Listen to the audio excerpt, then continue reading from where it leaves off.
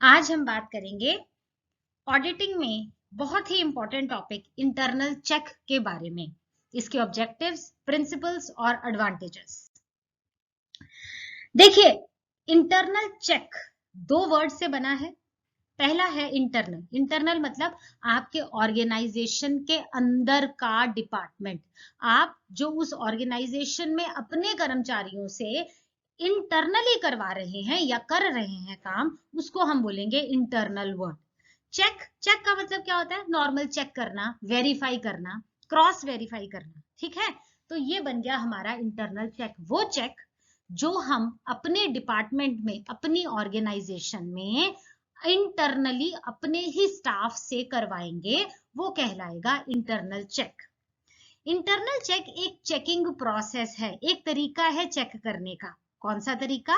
जिसमें एक कर्मचारी का काम दूसरा कर्मचारी, दूसरा स्टाफ जो है वो चेक करेगा।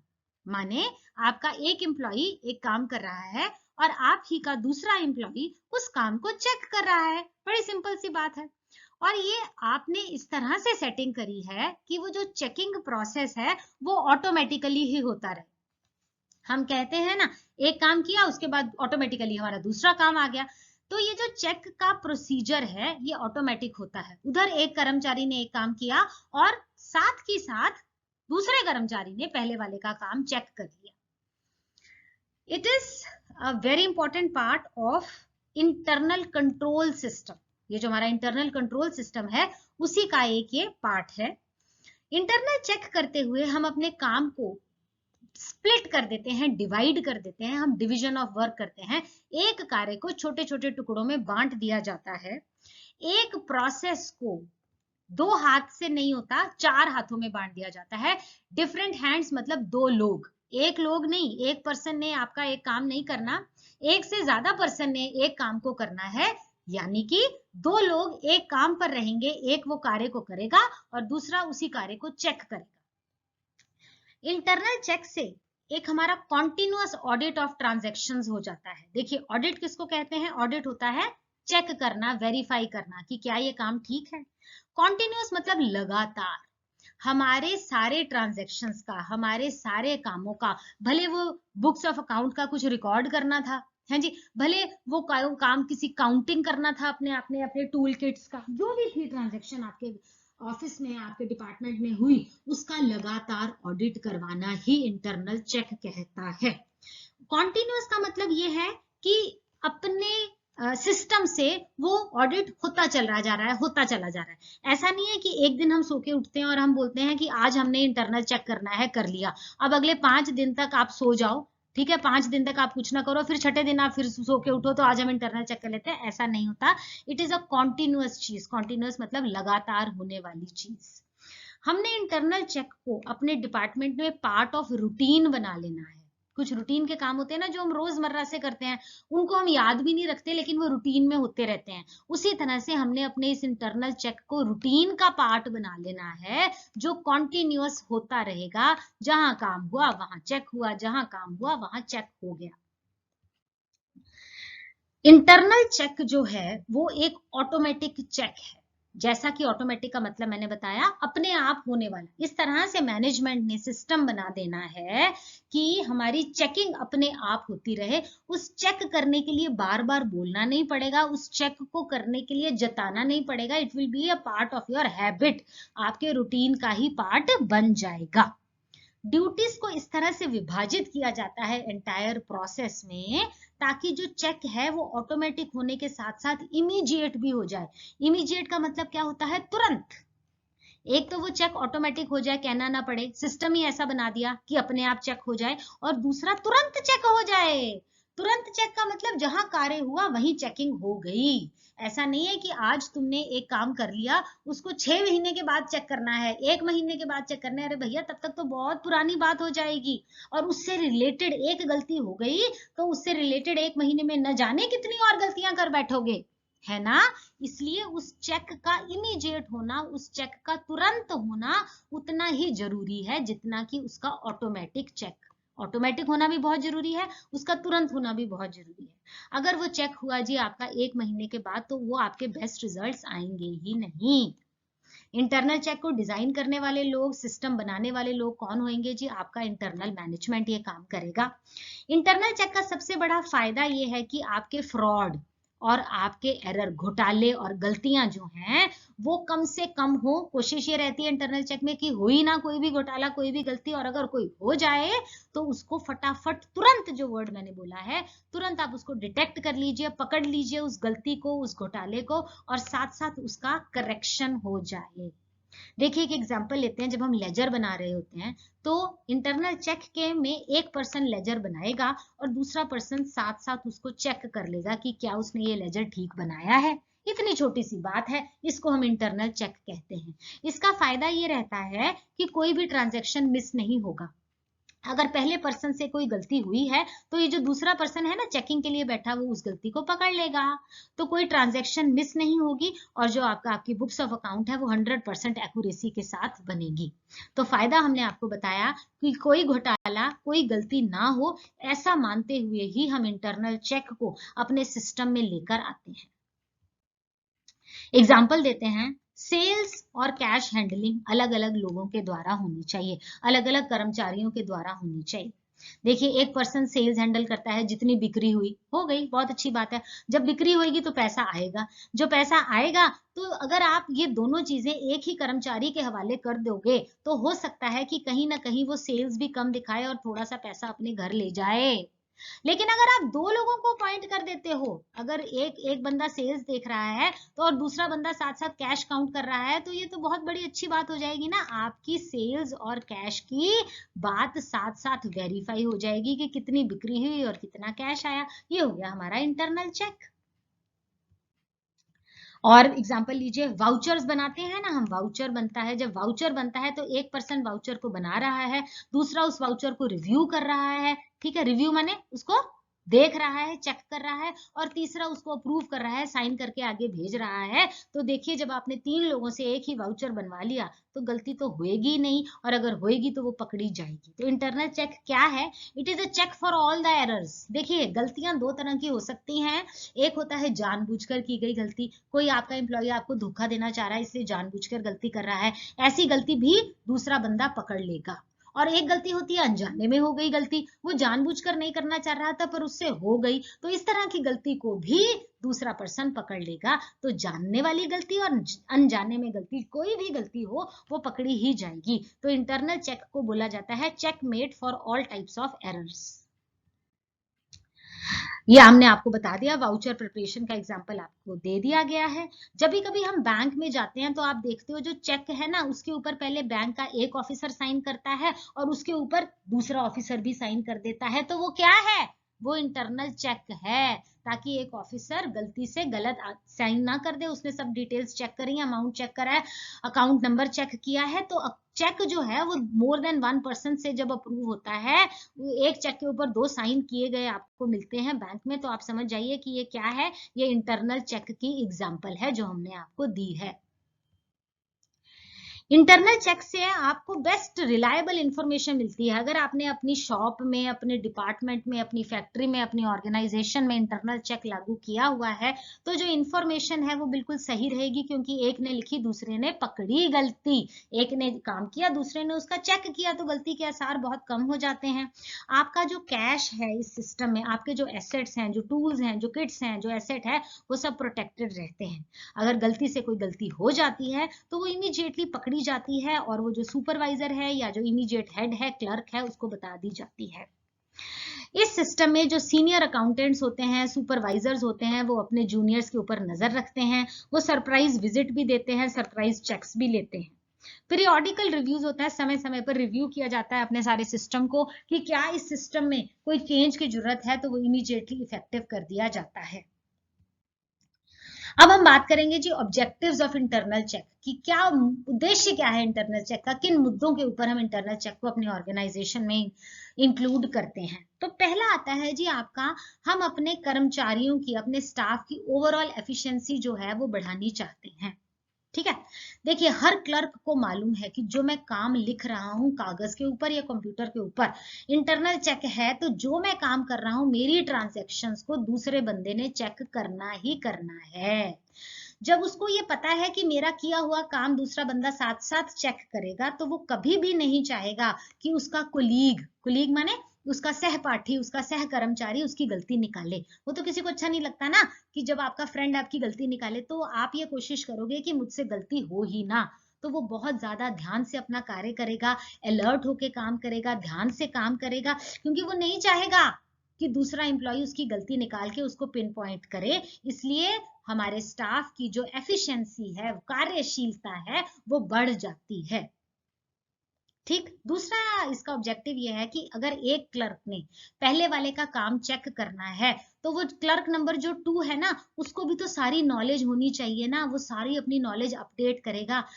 देखिए, आपका यूनिवर्सिटी टीचर तभी आपकी आंसर शीट्स को चेक कर सकता है ना, अगर वो खुद क्वालिफाइड है। अगर वो खुद क्वालिफाइड ही नहीं है तो आपकी आंसर शीट को क्या चेक करेगा, है ना। तो वो जो क्लर्क नंबर 2 है, जिसका काम चेक करना है, उसको भी अपनी नॉलेज को अपडेट रखना पड़ेगा, तभी वो पहले वाले का काम चेक कर पाएगा। उसको अपने अकाउंटेंसी के ऊपर पूरी कमांड होनी चाहिए, इसलिए वो भी अपनी एफिशिएंसी को पूरी तरह बढ़ाने की कोशिश करेगा, क्योंकि उसको उसकी गलती पकड़नी है। ठीक है। नेक्स्ट पॉइंट आता है जी कि ये जो अकाउंटिंग सिस्टम इंटरनल चेक के थ्रू होता है, ये बहुत ही रिलायबल और एडिक्वेट इन्फॉर्मेशन देता है, बिल्कुल सही इन्फॉर्मेशन देता है, क्योंकि काम एक सिस्टम के साथ हुआ है। बिल्कुल करेक्ट फिगर्स आपके सामने आएंगी, क्योंकि एक ने लिखी है, दूसरे ने चेक करी है। ट्रू और fair representation of books of account internal check से हमको मिलती है। नेक्स्ट पॉइंट है जी हमारी घोटाले और हमारी गलतियां का पकड़ में आ जाना। अगर हम इंटरनल चेक से चलते हैं, तो हमारी सारी गलतियां और एरर्स जो जाने अनजाने में गलतियां हो रही हैं या जानबूझ के हो रही हैं, उनको फटाफट पकड़ा जाता है। हमारे किसी भी कैश का, किसी भी चीज का कोई मिसयूज नहीं होता, नेग्लिजेंस नहीं होती, केयरलेसनेस नहीं होती है, सब कोई अपना ध्यान से काम करता है।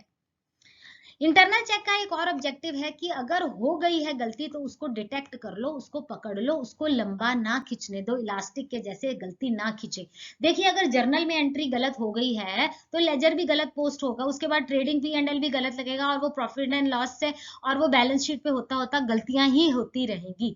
तो हमारा ये ऑब्जेक्टिव रहता है कि अगर कुछ हो गई, आपने गलती से 4 लाख को 40,000 लिख दिया है, या 40 लाख दिख दिया, तो उसको उसी समय पकड़ लो ना। जब आप गलती को उसी समय पकड़ लोगे, तो वो गलती आगे जाएगी ही नहीं, इसलिए करेक्शन साथ साथ हो जाती है। इमीडिएटली आप गलती को पकड़ लेते हो, और अगर आपके कर्मचारियों की, आपके एम्प्लॉइज की कोई इनएफिशिएंसी है, अगर वो ध्यान से काम नहीं कर रहे हैं, तो ये गलती भी उनकी पकड़ी जाती है। अगला ऑब्जेक्टिव है जी, आप अपने स्टाफ के ऊपर मॉरल प्रेशर क्रिएट करते हो, क्योंकि उनके काम को दूसरे स्टाफ ने चेक करना है, इसलिए आपके क्लर्क्स जो हैं वो ऑनेस्ट रहेंगे, गलती नहीं करेंगे, कोई भी ऐसे वैसा काम नहीं करेंगे पकड़े जाएं, क्योंकि ट्रांसपेरेंसी हो जाएगी ना, एक का काम दूसरे ने चेक कर लिया। और ऐसा भी कोशिश की जाती है कि सारा काम समय पर संपूर्ण हो जाए। स्टाफ को ये क्लियर कट आइडिया रहता है कि उन्होंने करना क्या है, क्योंकि दूसरे बंदे ने उसका काम चेक करना है। लास्ट ऑब्जेक्टिव हम यहाँ बात कर रहे हैं कि हमारा इंटरनल चेक ये कहता है कि ड्यूटीज और रिस्पॉन्सिबिलिटी जो है वो हर एम्प्लॉय को बता दी जाए कि भैया ये तुम्हारा काम है, ये तुम्हारी रिस्पॉन्सिबिलिटी है, ये एक्स की ड्यूटी है और ये एक्स की रिस्पॉन्सिबिलिटी है, ये काम एक्स ने करना है। फिर दूसरी आ गई वाई की ड्यूटी, वाई की रिस्पॉन्सिबिलिटी है। हर क्लर्क अगर रिस्पॉन्सिबल रहेगा तो गलती होएगी नहीं, और अगर किसी से कुछ गलती हो जाती है तो उसकी क्वेश्चनिंग साथ साथ हो जाती है। तो ये है हमारे इंटरनल चेक के ऑब्जेक्टिव्स। बात करेंगे कुछ कैरेक्टरिस्टिक्स या फीचर्स ऑफ इंटरनल चेक। इसमें होता क्या है कि जो काम है वो डिवाइड कर दिया जाता है, एक पर्सन को एक काम नहीं दिया जाता, बहुत सारे लोगों को एक काम दिया जाता है। एक पूरे काम को शुरू से लेकर एंड तक एक इंसान नहीं करता, one person is not doing the work.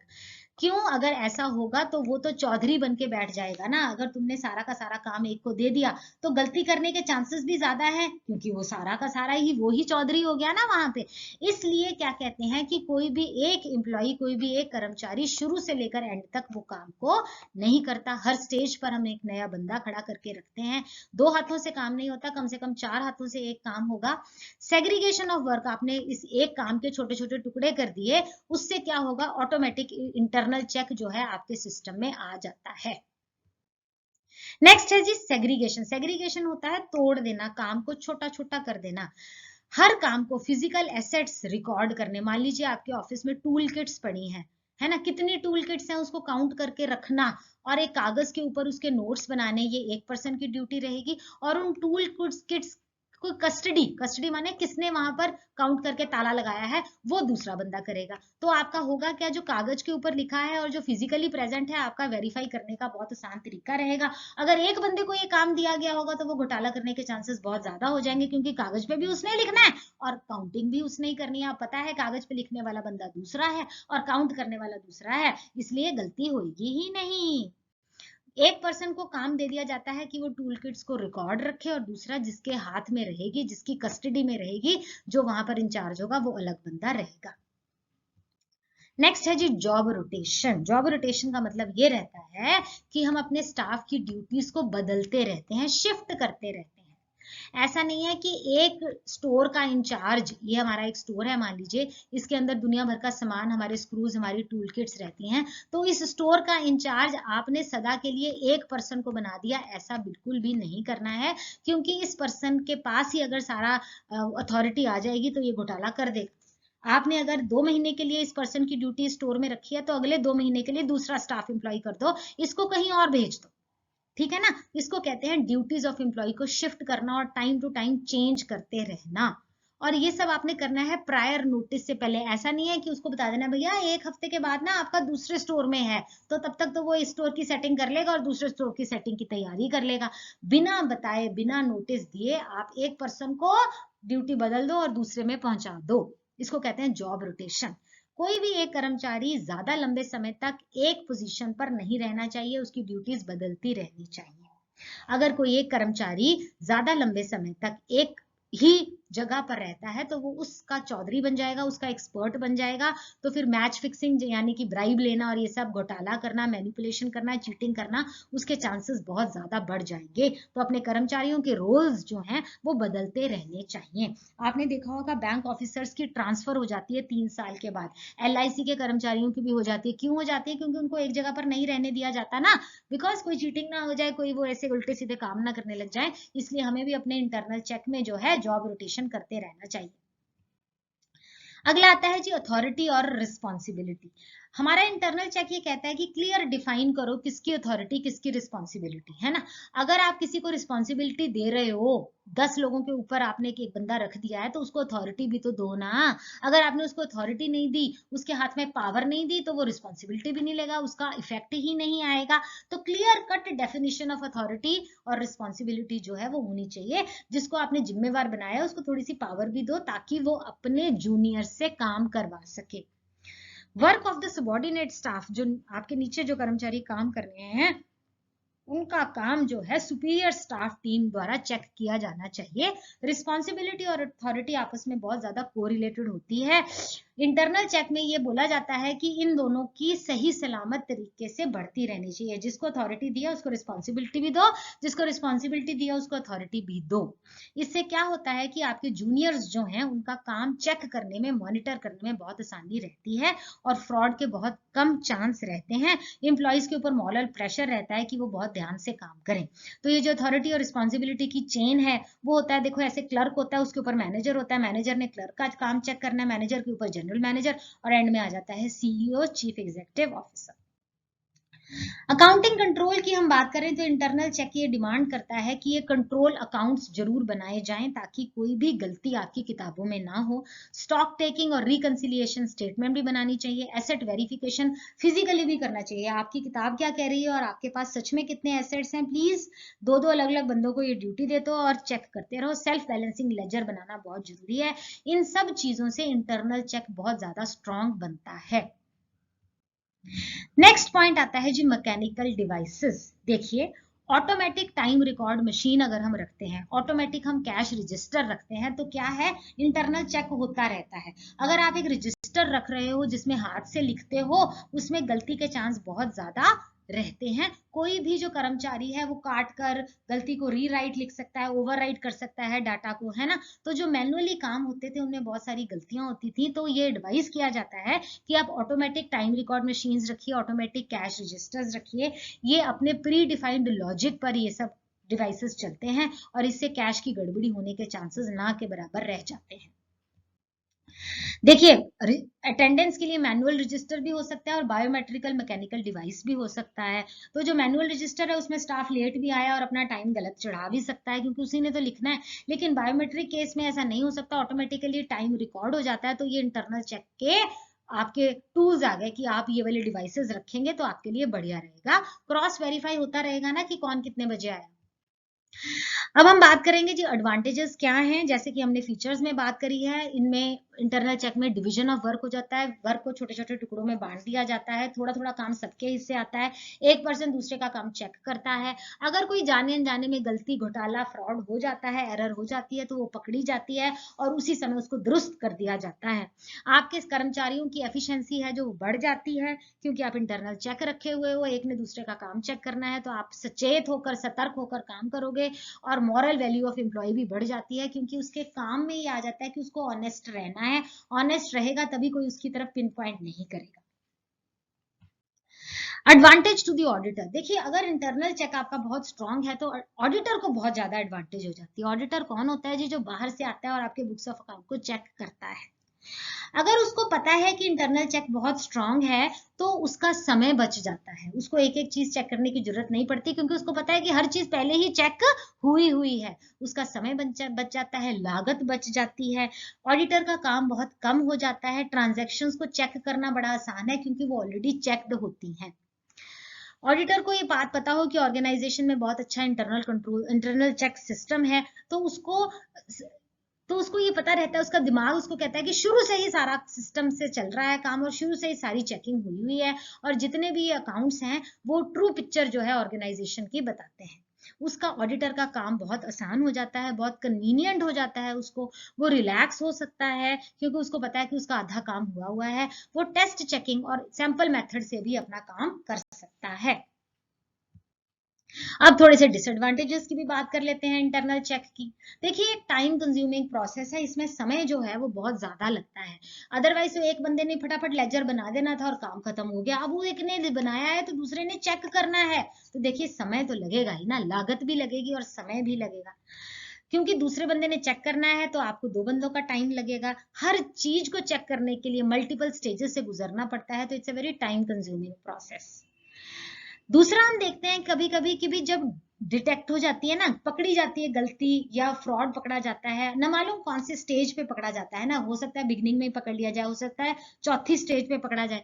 तो वो क्या होता है कि जो सेकंड स्टेज वाला स्टाफ है वो कहता है जी मेरा नहीं है, ये तो पहले वाले का काम है, ये पिछले का काम है। तो वो दूसरे स्टेज वाले को के ऊपर अपनी गलती सारी डालने की कोशिश करते हैं। अपनी रिस्पॉन्सिबिलिटी जो है वो दूसरे के ऊपर पुश करने की कोशिश की जा सकती है।